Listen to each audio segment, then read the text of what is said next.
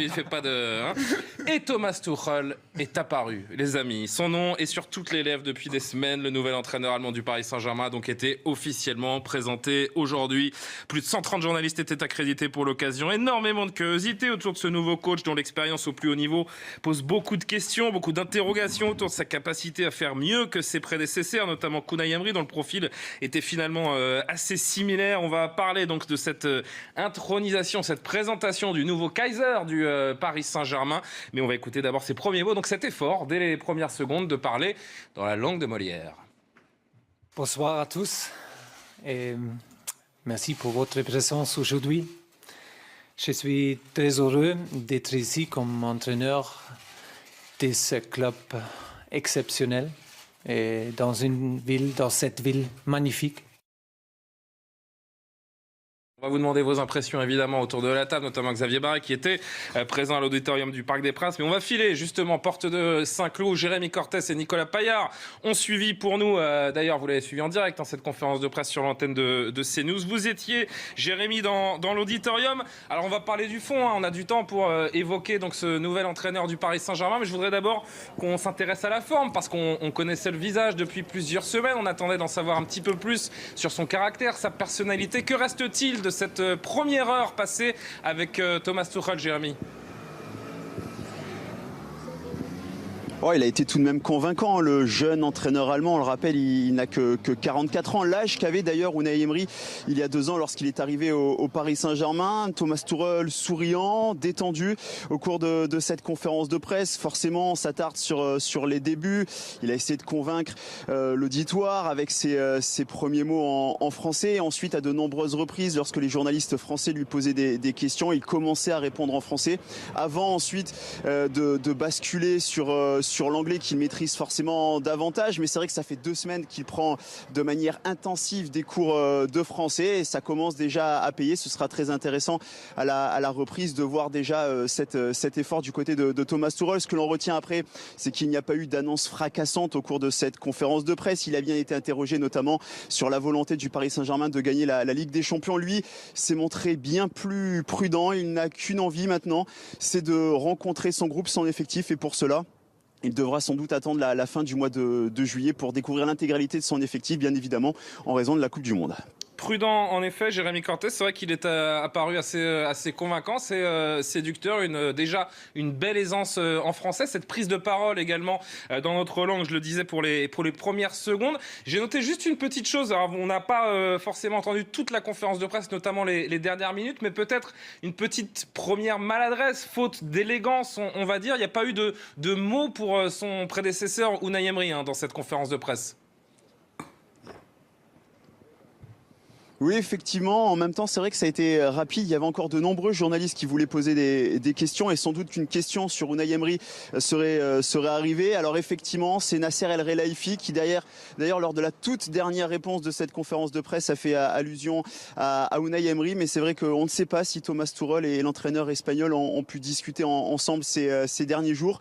Alors vous le voyez là comme une maladresse. Peut-être qu'il avait envie d'en parler, mais qui n'a été tout simplement pas interrogé sur le dossier. Ce que l'on retiendra aussi quand même, c'est qu'il a essayé de convaincre les supporters du Paris Saint-Germain, puisqu'il a dit « Nous sommes dans la ville de l'amour et j'espère que les supporters du PSG vont tomber amoureux de mon équipe ».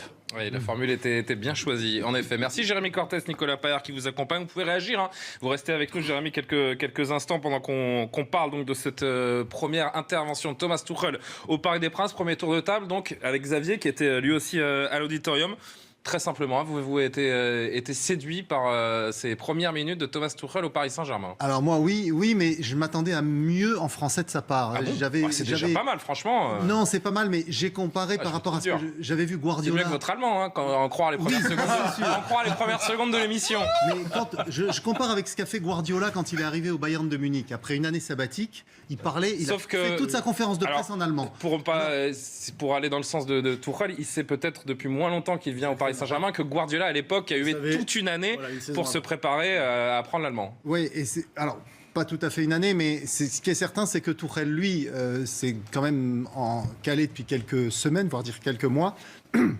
Il avait vraiment, on l'a senti, la volonté de parler français. Il commençait souvent certaines réponses, il les a commencées en français, puis ensuite il basculait assez vite sur l'anglais. Mais bon, ce qui est certain, c'est qu'on a le sentiment qu'il s'exprime de façon plus claire que son prédécesseur, parce que c'est vrai qu'Unai Emery a fait beaucoup d'efforts pour parler français, mais on avait beaucoup de mal à le suivre. Là, on a le sentiment que les propos de Tuchel sont quand même beaucoup plus clairs. Tour de table, Saïd ? Oui, reste à savoir maintenant si Tuchel aura un interprète lors de ses premières semaines ou non, puisque Unai Emery, son problème, c'est qu'il n'avait pas d'interprète.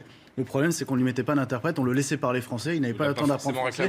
Et du coup, c'était désagréable. Il avait insisté pour parler français. Oui, mais du coup, il a insisté. Il faut quand même tirer son chapeau quand même d'avoir tenté. Abdé. Moi, là-dessus, c'est vrai que quand un entraîneur parle français et qui parle pas forcément bien, on dit qu'il parle pas bien. Quand il préfère parler dans sa langue, comme à Marseille, on disait bah oui, il fait pas l'effort. Donc il y aura toujours quelque chose à dire.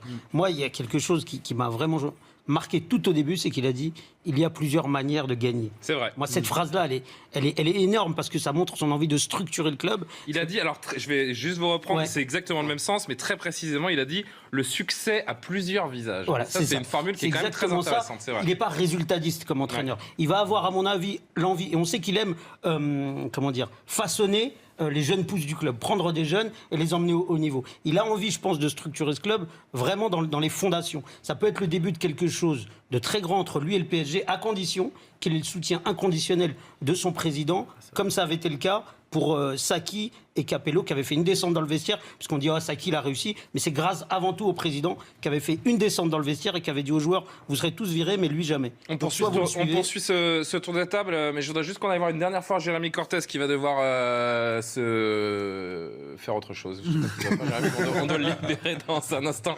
Jérémy, si vous avez des images à envoyer, je le sais, voilà, on révèle un petit peu les coulisses de notre métier, cher Jérémy. Le programme de Thomas Tuchel, parce qu'il y avait prise de parole aujourd'hui, mais il n'est pas exactement aujourd'hui là l'entraîneur du PSG. Il faut attendre un petit peu. Oui, effectivement, puisqu'il ne sera en poste officiellement qu'à partir du 1er juillet. Vous savez que Thomas Tuchel était il y a quelques jours déjà à Paris. Il a confié lors de cette conférence de presse qu'il a notamment rencontré Neymar, Papus, Camara et Maxwell. D'ailleurs, Papus Camara sera dans le staff de Thomas Tuchel pour les 2 prochaines saisons. Et donc désormais la mission pour Thomas Tuchel, qui est venu en famille, et bien lors des 3-4 prochains jours, objectif trouver une maison donc pour les prochains mois ici à Paris. C'est la raison pour laquelle donc il va rester dans le club, dans la capitale pendant encore quelques jours. Donc si vous avez des conseils, n'hésitez pas. Thomas Tuchel est à la recherche d'une maison. Écoutez, si vous avez des infos, Jérémy, n'hésitez pas à lui communiquer. Je sais que vous êtes propriétaire de pas mal de lieux dans la capitale. On plaisante. On vous remercie évidemment, Jérémy, ainsi que Nicolas Paillard qui vous accompagne au Parc des Princes. On continue ce tour de table. Rost, alors ce qui reste, moi, ce que j'ai entendu là des 3 premières interventions, c'est que vous êtes tous assez séduits et assez, en tout cas, optimistes quant aux résultats que pourrait amener Thomas Tuchel. Ce qui est étonnant, je trouve qu'il est vachement épargné, ce coach, parce qu'il arrive avec un CV qui est quasiment vierge. Avec Unai Emery, il y avait quand même les loups qui criaient avant même qu'il ne prenne ses fonctions au Paris Saint-Germain. Et là, on a l'impression qu'il arrive avec une forme d'impunité déjà, Thomas Tuchel. Mais c'est ça qui est drôle, parce qu'il y a eu plusieurs choses. C'est étonnant cette différence de traitement quand même entre 2 entraîneurs qui finalement ont le même profil quasiment. Ouais, surtout que, moi franchement, je vois pas la différence entre lui et on aurait pu reprendre Laurent Blanc qui faisait un travail extraordinaire. Donc voilà, on ramène un entraîneur qui a pas plus de titres que ça. Et il disait tout à l'heure que les journalistes n'ont pas posé la question sur Emery. Je suis désolé, il n'y a pas besoin de poser la question. Non, mais pour moi, c'était pas une question de. C'est pas une histoire de question. C'était dans sa phrase d'introduction en français.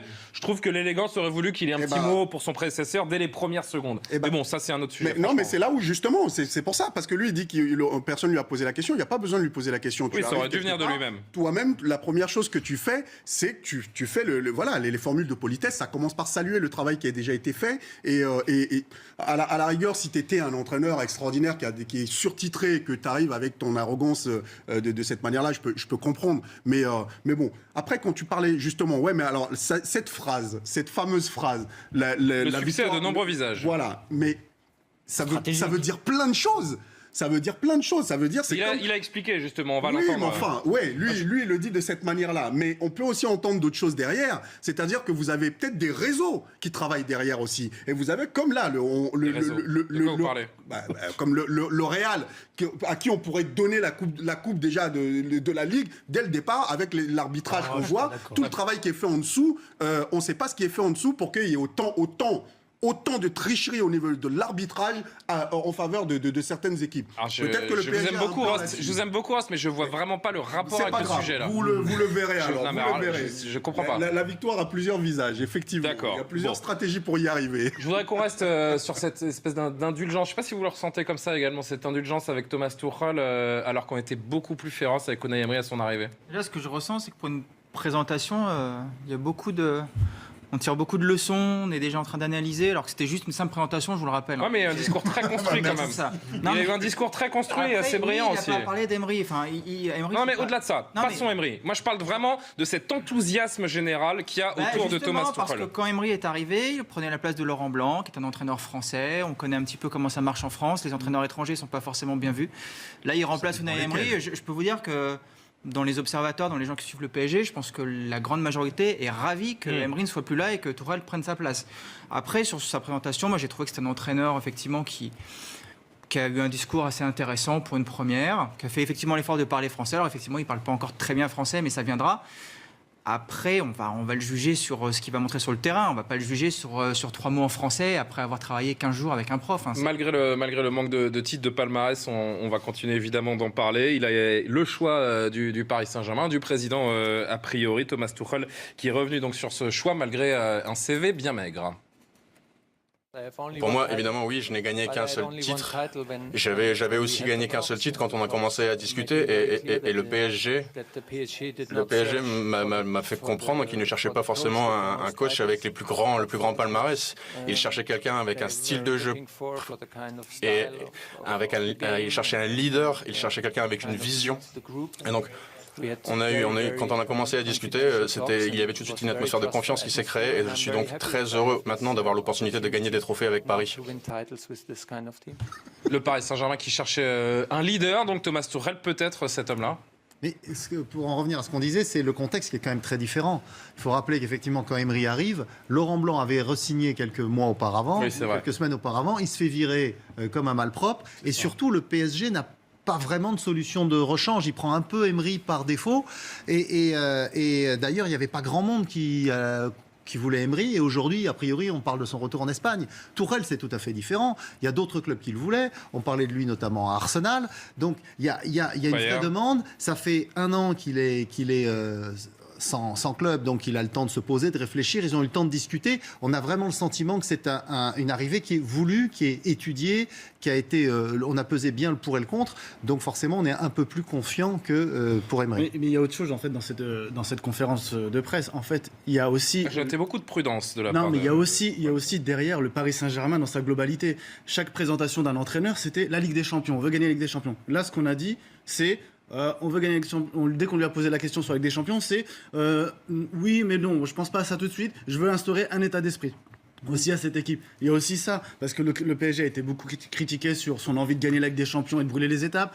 Son non-identité de jeu également, ça a été beaucoup reproché. Et là, on sent derrière qu'il y a quand même la patte du président qui lui a dit bon, tu vas quand même calmer le jeu et on va y aller doucement, mollo. Donc je pense qu'il y a aussi ça, c'est Tuchel qui se présente, mais aussi le PSG qui essaye de montrer une autre image avec cet entraîneur. Après, il est obligé aussi de rester Abdé dans cette ligne, ce discours qui dit que Paris est là pour tout gagner et pour emmagasiner un maximum de trophées. Oui, il a dit en même temps que c'était un peu tôt pour parler de titre. C'est-à-dire qu'il a mis aussi ce balance. Prudence et ambition. Voilà, la différence entre lui qui a moins de titres, il a une Coupe d'Allemagne, et Emery qui avait des Ligues Europa, c'est que Emery, quand il est arrivé, il était dur à décrypter. Son jeu, c'était pas très clair, ça jouait un peu au feeling, il se basait sur le talent des joueurs. Lui, il y a une structure, ce qui se dégage de son... Il est lisible dans le sens où il structure les choses. À Mayence, à Dortmund, il a structuré les choses. Son but, c'est d'emmener des jeunes au plus haut niveau et les joueurs déjà accomplis, de les rendre encore meilleurs. Il arrive à ça. Et donc peut-être que comment dirais-je, c'est un peu cet anonymat, entre guillemets, parce qu'il c'est pas non plus le premier, le dernier venu, quoi. Eh bien, ça joue en sa faveur et on se dit, on va attendre de le voir dans un grand club pour voir ce qu'il va faire. Nicolas